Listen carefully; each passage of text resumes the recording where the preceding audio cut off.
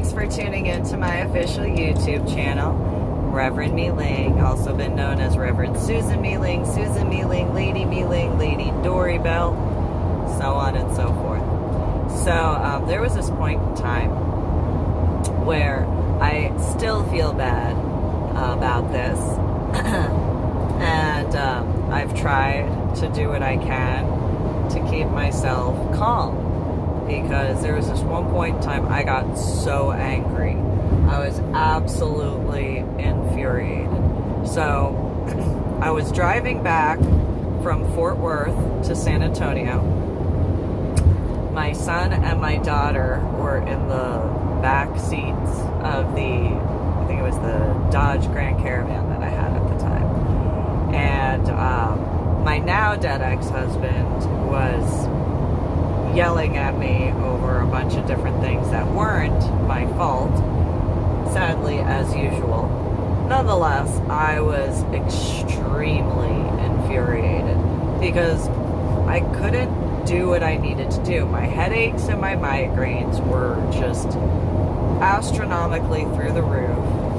My now dead ex-husband, then just before the first separation, was being himself. My son and my daughter, I was trying to take care of them while driving, because it's not like I was getting any help from my now dead ex-husband, and then trying to get them what they needed while being stuck in traffic.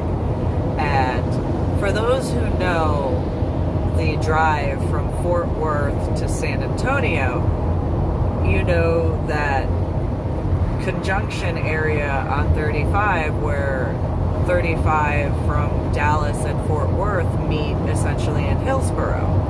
Well, while driving, which driving is a very small term in that regard, while driving, the traffic was so bad that it took, was it like 6 or 7 hours to get from Burleson, Texas to Hillsboro. And I was just infuriated. Not just because of the traffic issue, but mainly because of what was going on with my pain levels, and then what was going on as far as, trying to take care of my son and my daughter while driving, because my now dead ex-husband wasn't doing anything to help the situation, as well as dealing with my now dead ex-husband being himself. So at some point, right at the 6 or 7 hour mark of just take a look at the drive from Burleson, Texas to Hillsboro, and you will see why it should not take 6 to 7 hours to get there. But that's how slow traffic was. And I lost it. My now dead ex-husband hit me again, literally hit me. And I just, you know what, there better be a massively huge car accident where there are cars completely destroyed, semi-truck this, and I listed A, B, C, D, E, F, G. Just absolutely infuriated. My now dead ex-husband stops hitting me, looks at me and goes, "Why did you just say that?" I look at him, I go, "Because I am absolutely infuriated, pissed off, mad, this, that, and you won't leave me alone, and da-da-da-da-da, and I'm just trying to do everything I can to stay calm. You know I've got headaches and migraines, and all you're doing is making it worse while I'm trying to do this," and go on and on and on and on and on. 3 hours later, just before Georgetown, Texas, saw a whole bunch of police cars. Gets reduced from 4 lanes to 1. I even said I want to see body bags.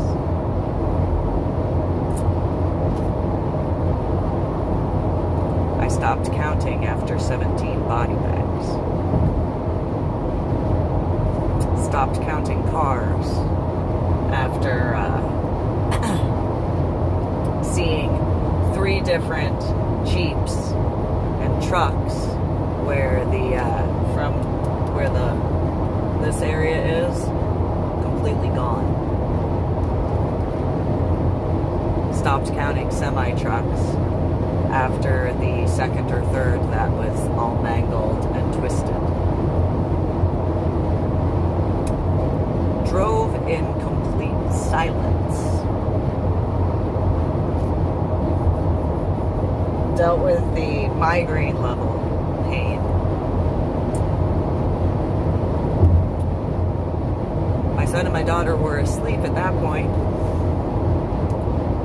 My now dead ex-husband just kept looking at me and then looking at the road. And looking at me, looking at the road. And by the time of getting to Austin, Texas, he looks at me and he says, "Aren't you going to say something?" And I look over at him and I go, "About what?" And he looked at me and goes, "Do you realize you literally just called all of that?" And I looked at him and I said, "Remember when I told you that it's better for me to be in a good mood than a bad mood?"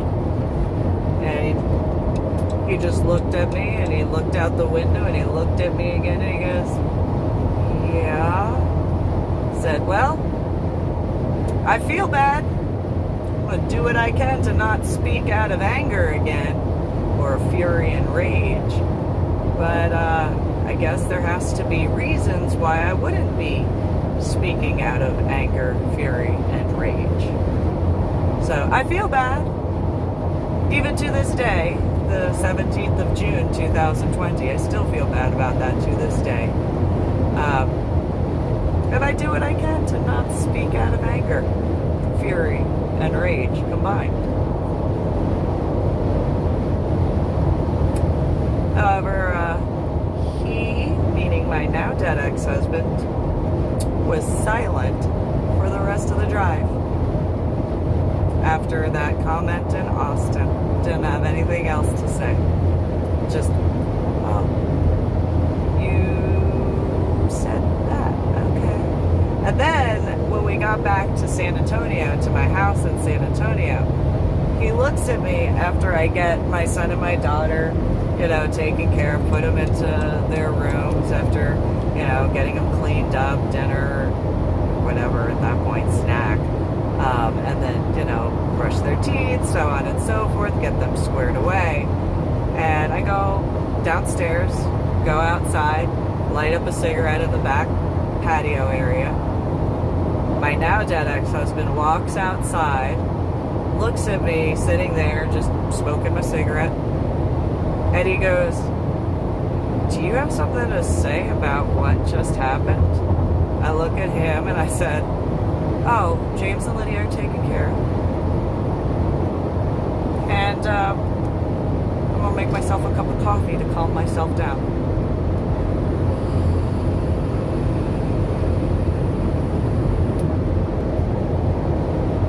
Is there something that you want to speak with me about now? Or do you want me to work on being in a better mood? And he just looked at me and goes, "You know what? You do what you got to do to be in a better mood. I'm gonna get out of your way." That is a very good idea. It's a very, very good idea. Don't add to my issues. That's safer. That's better. And he just looked at me and he goes, that's what you have to say." I looked at him, I said, "Yes. Unless there's something that you're expecting more." And nope, nothing else. No. Okay.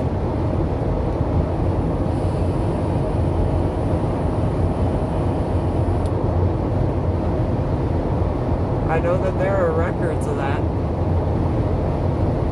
I don't know what year that was.